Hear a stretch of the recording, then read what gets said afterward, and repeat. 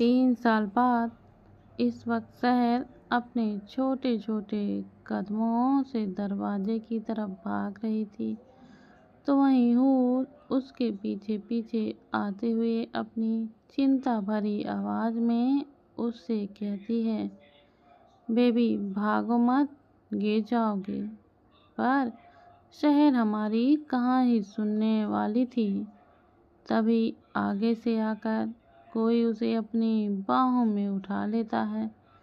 जैसे ही शहर उस इंसान को देखती है, वो अपनी बड़ी सी स्माइल के साथ कहती है, डैडा। हाँ, ये हमारे शहर के डैडा थे, जो कि अभी ऑफिस से लौटे थे घर। तभी आदित्य शहर के गालों पर किस करते हुए उससे पूछता है, आपने मिस किया डैडा को। शहर क्यूटली अपना सिर हिलाती है। तभी आदित्य उसकी तरफ देखते हुए उससे पूछता है, कितना मिस किया। तभी शहर अपने छोटे छोटे हाथों को फैलाते हुए आदित्य को बताती है, इतना। तभी आदित्य अपनी सीरियस आवाज में उससे कहता है, मैंने भी आपको बहुत बहुत मिस किया, पर अभी देखो हम साथ में हैं। आदित्य की बात सुनकर शहर हंसती है। तभी हूर अपने हाथों को फोल्ड करते हुए अपनी छोटी सी सैड आवाज में उनसे कहती है, अभी आप दोनों साथ में हो तो आप मम्मा को भूल गए बेबी। ये तो बहुत बहुत बुरी बात है। तभी शहर हूर की तरफ देखती है और अपने कान को पकड़ते हुए हूर से कहती है, सॉरी मम्मा। तभी हूर शहर की नाक पर किस करते हुए उससे कहती है, कोई बात नहीं मेरी जान, मम्मा आपसे गुस्सा नहीं है। तभी आदित्य उन दोनों माँ बेटियों की तरफ देखते हुए उनसे पूछता है, वैसे आप दोनों ऐसे भाग क्यों रहे थे। तभी और आदित्य से कहती है, अदू देखिए आपकी लाडली को, मतलब मैं तब से इसे पकड़ने के लिए इसके पीछे पीछे भाग रही थी, और ये शैतान तो मेरे हाथों में भी नहीं आ रही थी। तभी आदित्य शहर के गाल पर एक टाइट किस करते हुए उससे कहता है, बच्चा ये गंदी बात है, मम्मा को ऐसे कोई भगाता है क्या। और आप क्यों भाग रहे थे, कहीं गिर जाते और आपको लग जाती तो डैडा क्या करते। तभी और आदित्य से डांटना नहीं मेरी बच्ची को।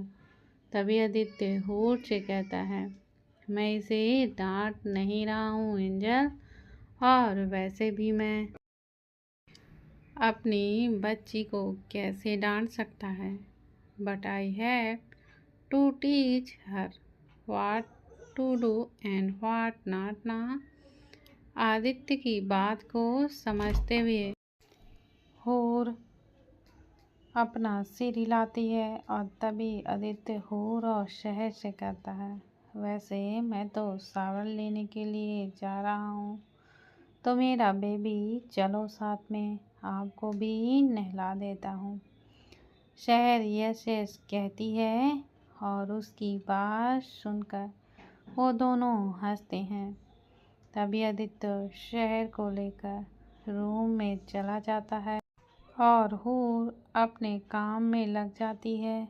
इस वक्त वो तीनों आयु और निशा और यूवी घर में नहीं थे। वहीं दूसरी तरफ मुंबई सेंट्रल जेल में, वहाँ एक जेल में कोई सो रहा था, पर तभी अचानक से उसकी आंखें खुलती हैं और उड़ जाता है। वैसे ये और कोई नहीं, अंश यानी आयांश था, जो अभी पागल सा हो चुका था, और आदित्य के लिए उसके दिल में बहुत ही ज़्यादा नफरत पैदा हो चुकी थी, क्योंकि आदित्य ने उसकी पूरी की पूरी फैमिली को ख़त्म कर दिया था। भले ही अंश ने तभी आदित्य को सब बताया था, पर वो इसी उम्मीद में था कि आदित्य जल्द से जल्द उसे इस जेल से बाहर निकालेगा, पर ऐसा कुछ भी नहीं हुआ। यही वजह थी जिससे अंश अभी बदल चुका था और उसे कुछ भी करके आदित्य से अपना बदला लेना ही था। तभी वो इधर से उधर देखते हुए खुद से ही कहता है, ये सही मौका है यहाँ से भागने का।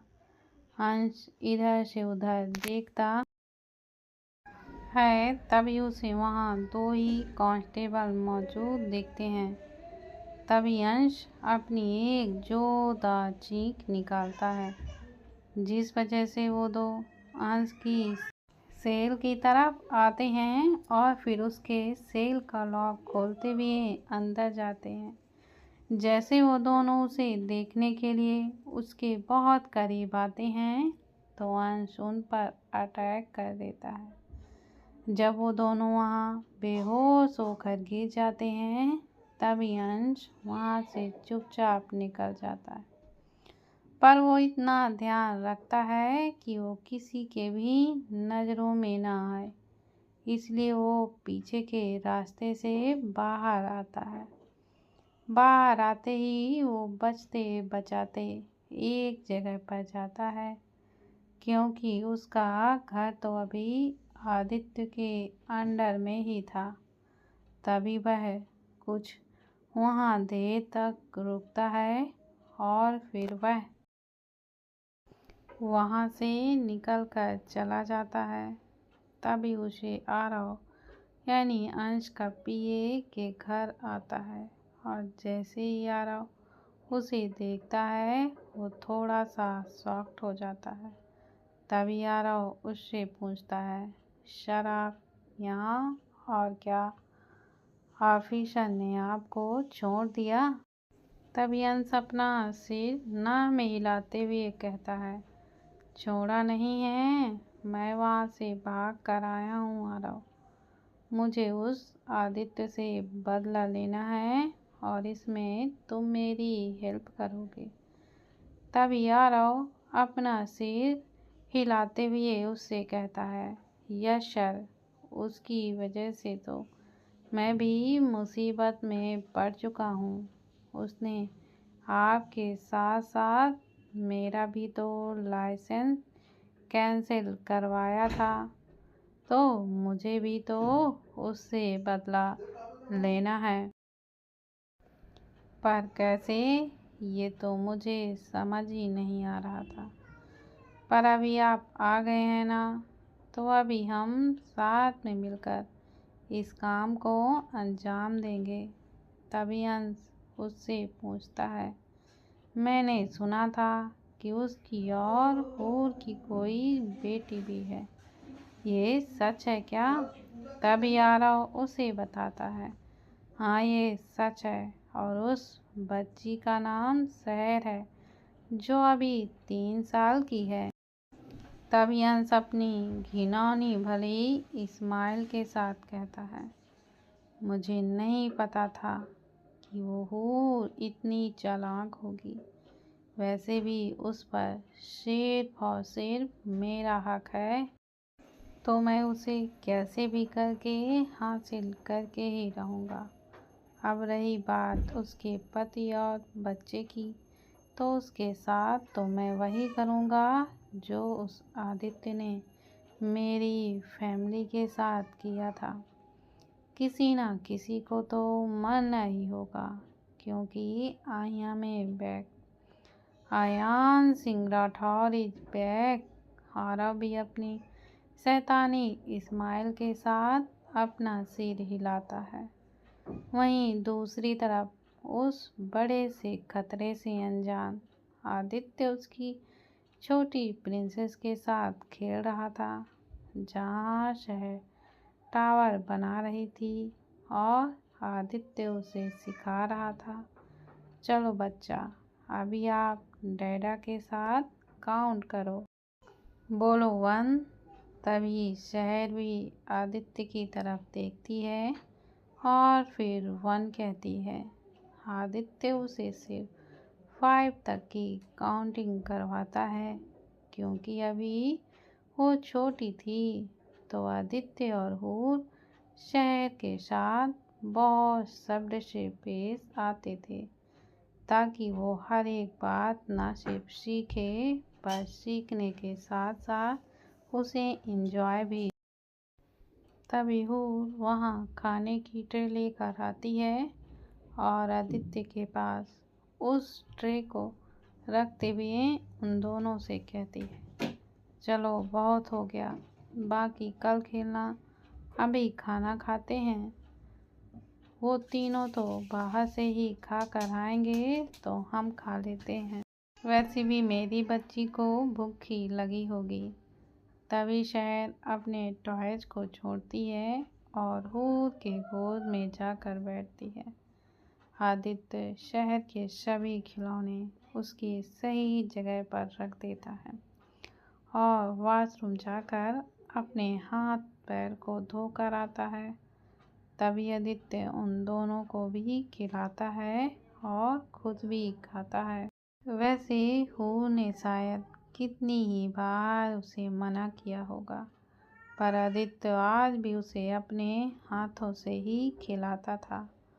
और छोटी शहर तो उसके मम्मा डैडा के हाथों से ही खाती थी खाना। खाने के बाद हूर वो जूठे बर्तन नीचे लेकर जाती है।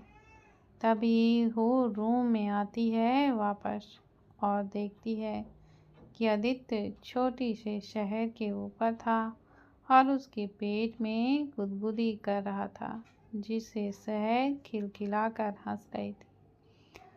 वो रूम का दरवाज़ा अंदर से बंद करती है और जाकर अपनी नाइटी पहन कर आती है।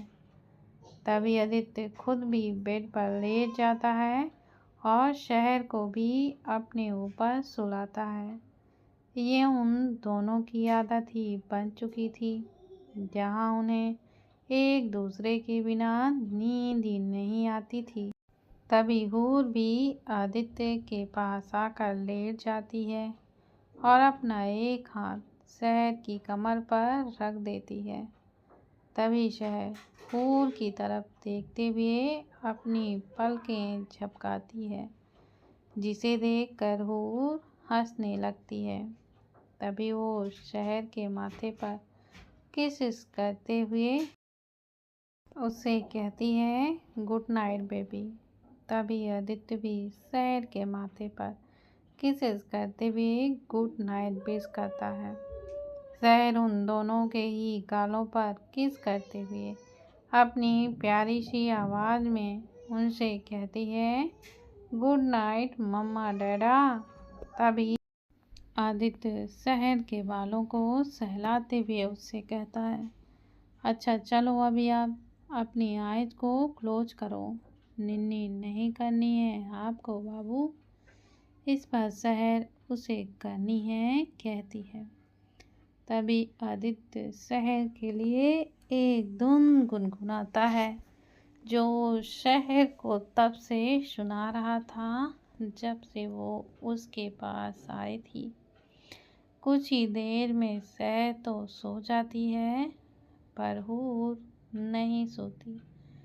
तभी आदित्य हूर से पूछता है, एंजल क्या हुआ है, आप बहुत परेशान लग रहे हो। एवरीथिंग इज ओके, और आपकी तबीयत तो ठीक है ना। तभी हूर आदित्य का हाथ पकड़ती है, जो अभी शहर की पीठ पर था। हूर आदित्य की तरफ देखते हुए अपनी डरी हुई आवाज़ में उसे बताती है, मैं तो बिल्कुल ठीक हूँ अदू, पर पता नहीं क्यों मुझे एक अजीब सी घबराहट हो रही है। एक अनजाना सा डर लग रहा था। अंदर से ऐसी गट फीलिंग आ रही है कि कुछ तो बुरा होने वाला है, पर क्या, वो मैं खुद ही नहीं समझ पा रही हूँ। तभी आदित्य हूर को हक करके उसके माथे पर किस करते हुए उससे कहता है, ऐसा कुछ भी नहीं है एंजल। आप शायद किसी बात को लेकर कुछ ज़्यादा ही सोच रहे हो, तो उसकी वजह से आपको ऐसा लग रहा होगा। आप घबराओ मत, ऐसा कुछ भी नहीं होगा। और मैं हूं ना, तो मैं कुछ भी बुरा नहीं होने दूंगा। हूर अपना सिर हिलाती है। तभी आदित्य के फ़ोन पर अचानक से कॉल आता है। तो आदित्य उस कॉल को रिसीव करता है और जो सुनता है उससे आदित्य के होश ही उड़ जाते हैं। असल में वो कॉल आदित्य को जेल से आया था और उन्होंने अंश के जेल के भागने की न्यूज़ आदित्य को बताई थी। अभी आदित्य को हूर की घबराहट समझने में आ रही थी। तभी हूर आदित्य से पूछती है, अदू किसका कॉल था? तभी आदित्य हूर की तरफ देखते हुए अपने मन में सोचता है, नहीं, ये बात मैं अंजल को बिल्कुल भी नहीं बता सकता। वो बहुत ही ज़्यादा डर जाएगी। अंश एंजल का पास्ट था और मैं और बेबी उसका प्रेजेंट और फ्यूचर है। मैं उसके पास्ट को, उसका आज और आने वाला कल बर्बाद नहीं करने दूंगा। I need to protect my angel from that man I. Aditya वो सब कुछ सोच ही रहा था कि तभी हूर आदित्य को थोड़ा सा हिलाते हुए उससे पूछती है, अदू कहाँ खो गए आप? फिर से बोलो, किसका फ़ोन था? तभी आदित्य अपना फेस एक्सप्रेशन को नॉर्मल करते हुए हूर से कहता है, यार वो ऑफिस से फ़ोन था, ये सब छोड़ो और आप चुपचाप से सो जाओ। हूर अब अपना सिर हिला देती है और वह अपनी आंखें बंद कर लेती है। 2 मिनट बाद हूर फिर से अपनी आंखों को खोलते हुए आदित्य से पूछती है, आदू सच में कुछ बुरा नहीं होगा ना? मुझे बहुत ही ज़्यादा डर लग रहा है। तभी आदित्य हूर से कहता है, मेरे रहते कुछ भी गलत नहीं होगा एंजल। मैं आपको हर हाल में प्रोटेक्ट करूँगा। तभी हूर उसे हक करते हुए सो जाती है और आदित्य हूर के बालों पर किस करते हुए उससे कहता है, मैं आपको कुछ भी नहीं होने दूंगा एंजल। वैसे आदित्य को लग रहा था कि हूर ही अंश का टारगेट होगी और हूर को उससे खतरा है, पर वो गलत था, क्योंकि अंश का टारगेट हूर नहीं पर और कोई ही था। अंश छोटी सी बच्ची को अपना टारगेट बना रहा था और आदित्य को गलत फहमी हो रही थी। ऐसे में क्या वो समझ पाएगा या फिर तब तक बहुत ही देर हो जाएगी? ये तो वक्त ही बताएगा।